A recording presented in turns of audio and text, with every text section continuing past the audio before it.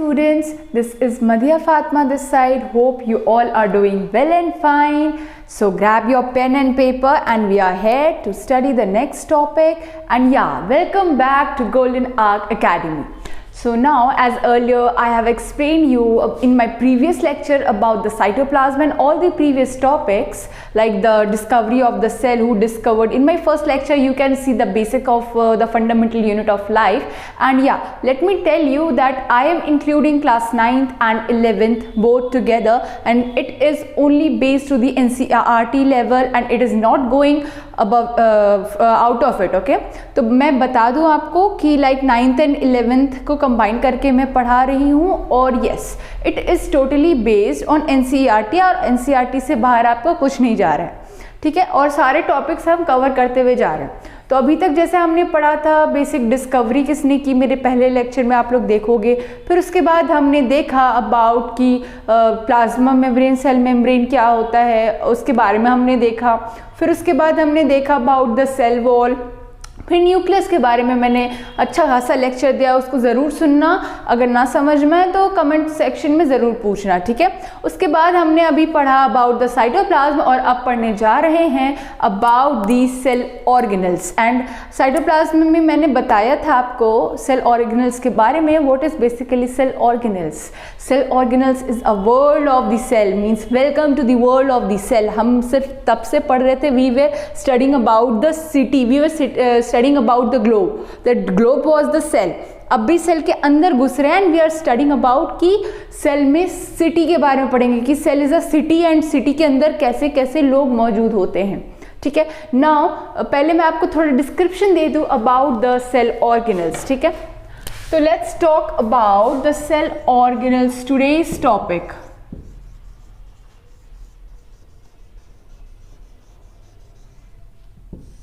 ठीक है, तो सेल ऑर्गेनल्स में पहली चीज़ ये कि हमारा बॉडी जैसे है, we are eukaryotes, right.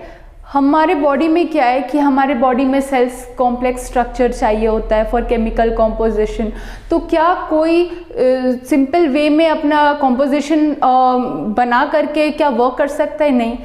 Human body is a complex structure and that structure needs a function to do, और उस फंक्शन के लिए बेसिकली हमारे सेल ऑर्गेनल्स होते हैं जो पर्टिकुलरली फंक्शन करे, ठीक है।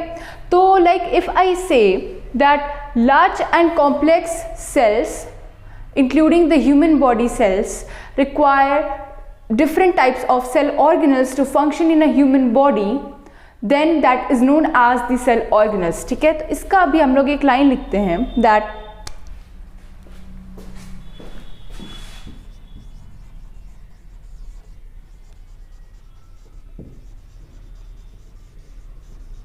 large and complex cells require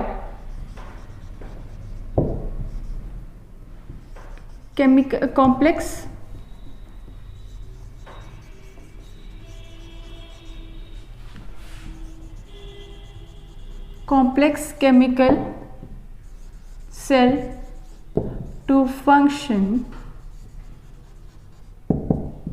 and therefore it will be done by different cell organelles present in a cell, ठीक है।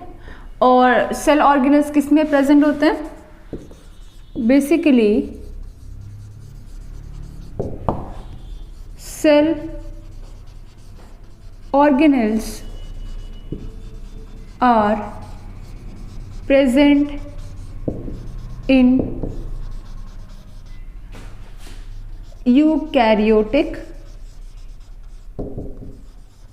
cell।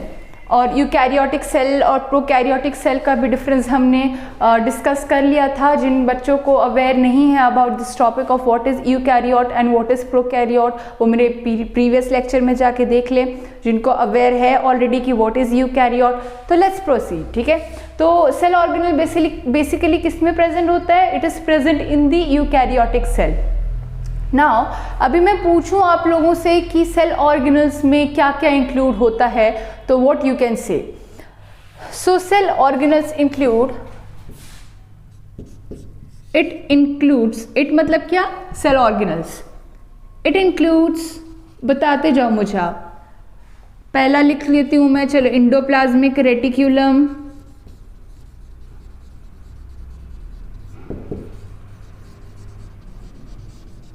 जिसको हम लोग क्या कहते हैं? ER। फिर उसके बाद आपका हो जाएगा गोल्गी अपैरेटस, या फिर इसे गोल्गी बॉडी भी कहते हैं। तो don't get confused with the apparatus and body की ये दो डिफरेंट टर्म्स है। It was named by the discovery, जिन साइंटिस्ट आए पहले इसको गोल्गी बॉडी नाम दिया गया, फिर उसके बाद एडवांस साइंटिस्ट एडवांस डिस्कवरी हुई, फिर उसके बाद उसको अपैरेटस नाम दिया गया। वो हम लोग गोल्गी अपैरेटस बेसिकली टॉपिक में डिस्कस करेंगे इस चीज़ के बारे में, ठीक है? गोल्गी अपैरेटस, ये गोल्गी बॉडी, GA या फिर GB, बट शॉर्ट फॉर्म इसमें बेसिकली यूज़ नहीं करते हम लोग। शॉर्ट फॉर्म जो यूज़ करते हैं वो एंडोप्लाज्मिक रेटिकुलम में यूज़ करते हैं, ठीक है? फिर उसके बाद आपका आ जाएगा क्या? राइबोसोम, ठीक है? फिर उसके बाद आपका आ जाएगा क्या? लाइसोसोम। फिर आपका क्या आएगा? आपका आ जाएगा वैक्यूल, ठीक है? फिर उसके बाद आपका क्या आएगा? क्या आपका क्लोरोप्लास्ट इंक्लूड होगा in cell organelles? Can we include chloroplast? नहीं, ठीक है? तो 3 चीज है, माइटोकॉन्ड्रिया, क्लोरोप्लास्ट एंड पेरोऑक्सीसोम। इन तीनों को हम लोग सेल ऑर्गेनल्स में इंक्लूड नहीं कर सकते। कौन कौन सी चीज़ है? ये सारी हो गई, ठीक है? अब उसके बाद कौन कौन सी चीज़ें थी? Mitochondria,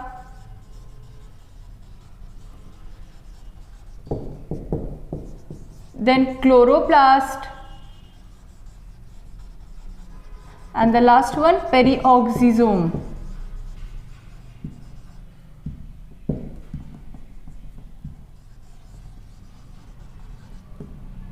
are not included in cell organelles, ठीक है? तो आप लोग ऐसे याद कर सकते हो इसको कि जैसे हमारा ये मत कंफ्यूज होना कि माइटोकॉन्ड्रिया सेल ऑर्गेनल है या नहीं। आप 3 बेसिकली याद कर सकते हो कि माइटोकॉन्ड्रिया, क्लोरोप्लास्ट एंड पेरिऑक्सीसोम, ये हमारा सेल ऑर्गेनल में इंक्लूड नहीं होता है। तो उसके अलावा जो भी बचते हैं ऑर्गेनल्स हमारे सारे सेल ऑर्गेनल्स में इंक्लूड होते हैं, ठीक है? तो ये हमने पढ़ लिया about endoplasmic reticulum, Golgi apparatus, ribosome, lysosome, vacuole and और भी ऑर्गेनल्स होते हैं, ठीक है? तो जैसे कि आप लिख लो, प्लास्टिड लिख लो, हाँ। और एक कॉन्ट्राडिक्टरी पॉइंट है जिसमें बच्चों आप लोग कंफ्यूज मत होना। क्लास 9 के NCERT में देखोगे आप कि माइटोकॉन्ड्रिया आपका लिखा रहेगा कि वो सेल ऑर्गेनल के बेसिस पर है, ठीक है? It is the part of cell organelle. But आप अगर 11th में देखोगे तो 11th के NCERT में रहेगा कि ये तीनों जो पार्ट है, ठीक है, वो क्या है?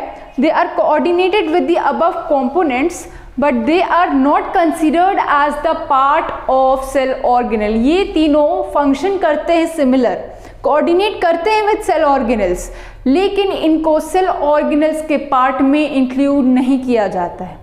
तो डोंट गेट कंफ्यूज्ड। अगर आप 9th में हो, ये वीडियो देख रहे हो, then include mitochondria among the cell organelle. And अगर आप 11th में हो एंड आप वीडियो देख रहे हो तो आपको बुक में क्लियरली होगा कि ये तीनों पार्ट कोऑर्डिनेट करते हैं but are not considered as the part of cell organelles, ठीक है? ये हमारा सेल ऑर्गेनल्स टॉपिक होता है यहाँ पर over.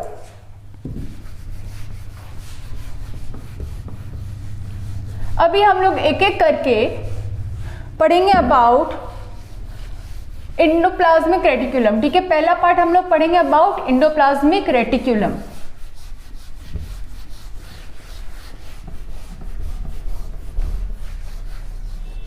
Now let's talk about the first cell organelle, that is the endoplasmic reticulum. Okay, which is also denoted by ER. Now what is endoplasmic reticulum? If I ask you people, so what can you say कि endoplasmic reticulum एक network like structure होता है जो कि present होता है inside the cell as a part of cell organelle और present होता है नियर न्यूक्लियस, ठीक है। फिर उसके बाद आप पढ़ोगे अबाउट कि इंडोप्लाज्मिक रेटिकुलम्स दो टाइप्स के होते हैं, एक स्मूथ इंडोप्लाज्मिक रेटिकुलम और एक रफ इंडोप्लाज्मिक रेटिकुलम, ठीक है।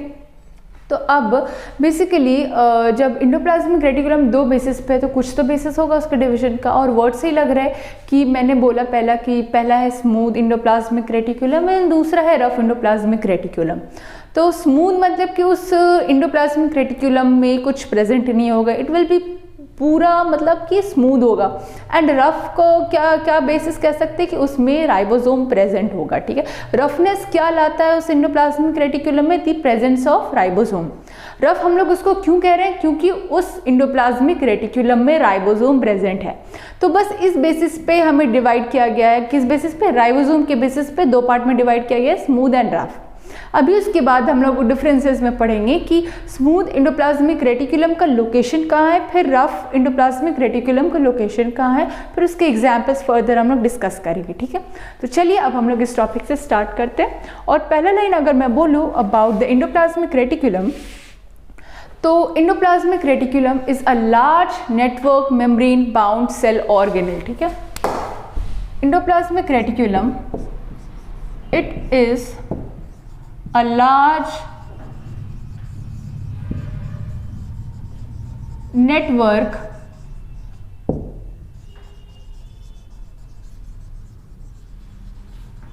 membrane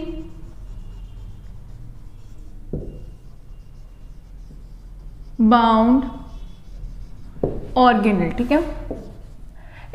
मेम्ब्रेन बाउंड ऑर्गेनेल, और ये सेल ऑर्गेनल्स में आप लोग ये भी पढ़ोगे जो मैं लास्ट में आपको बताऊंगी after we study about each and every cell organelle, कि कौन से सेल ऑर्गेनेल में मेम्ब्रेन बाउंड स्ट्रक्चर प्रेजेंट होता है, सिंगल मेम्ब्रेन बाउंड, कौन से सेल ऑर्गेनेल में double membrane bound organelle present होता है, और किसमें कि membrane bound cell organelle present होता ही नहीं है, ठीक है। तो वो हम लोग लास्ट में बताएंगे उसके निमोनिक्स के साथ। अभी हम लोग बेसिकली डिस्कस कर रहे हैं। तो इंडोप्लाज्मिक रेटिकुलम क्या समझे आप कि ये एक लार्ज नेटवर्क मेम्ब्रेन है, मेम्ब्रेन बाउंड सेल ऑर्गेनेल है, ठीक है। अभी दूसरा पॉइंट हम लोग देखेंगे कि इंडोप्लाज्मिक रेटिकुलम जो स्ट्रक्चर होता है वो सिमिलर होता है टू प्लाज्मा मेम्ब्रेन, ठीक है। तो आप लोग लिख लो that ER membrane is structurally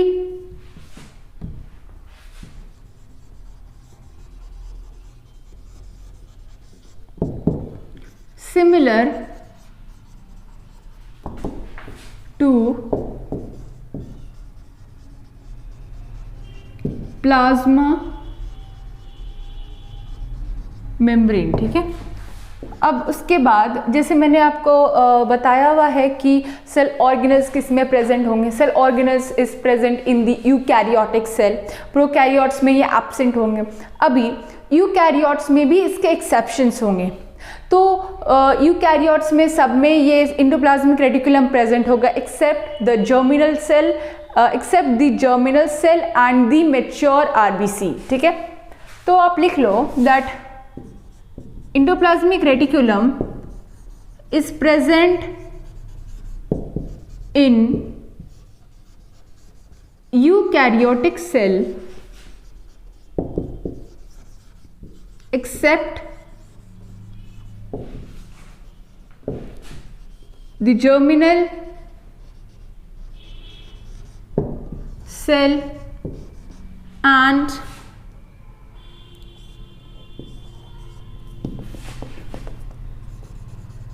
mature RBC of mammal, ठीक है। mature RBC of mammal।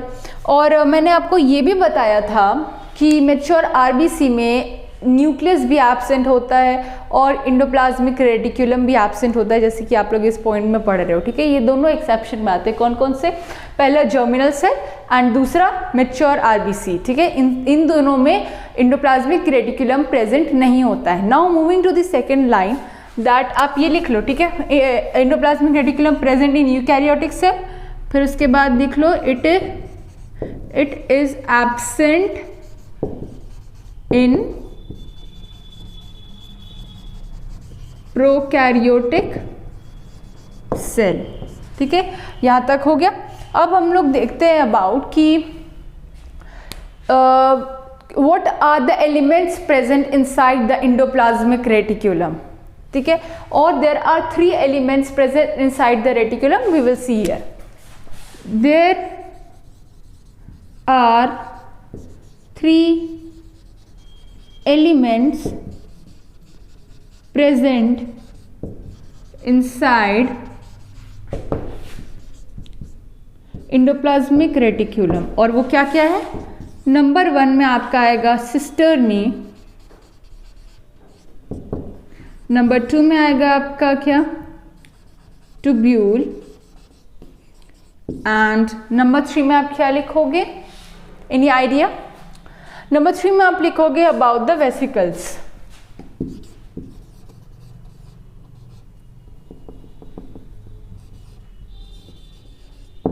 ठीक है। तो हमारा क्या क्या पार्ट हुआ? Cisternae, tubules and vesicles. ये तीनों एलिमेंट्स के बारे में हम लोग डिस्कस करेंगे इन आवर नेक्स्ट लेक्चर कि what is cisternae, what is tubule and what is vesicles. इसका डिटेल नहीं है, जस्ट 2 लाइन्स है, ठीक है। तो नेक्स्ट लेक्चर में आप लोग बने रहना बच्चों। तो होप कि आपको यहाँ तक जो मैंने समझाया है अबाउट द इंडोप्लाज्मिक रेटिकुलम, ये बस इंट्रोडक्टरी पार्ट है। इसके बाद हम लोग इसके ये 3 एलिमेंट्स इंक्लूड है, फिर टाइप्स पढ़ेंगे, उसके बाद फिर टॉपिक एंड होगा हमारा, ठीक है। इसी के साथ वीडियो पे बने रहें। वीडियो पसंद आए तो लाइक ज़रूर करें, कमेंट ज़रूर करें, कुछ भी डाउट हो तो बताएं ज़रूर, और अपने फ्रेंड्स को शेयर ज़रूर करें। तो hope students have a good day, and for now I'm taking a leave. Bye bye, take care.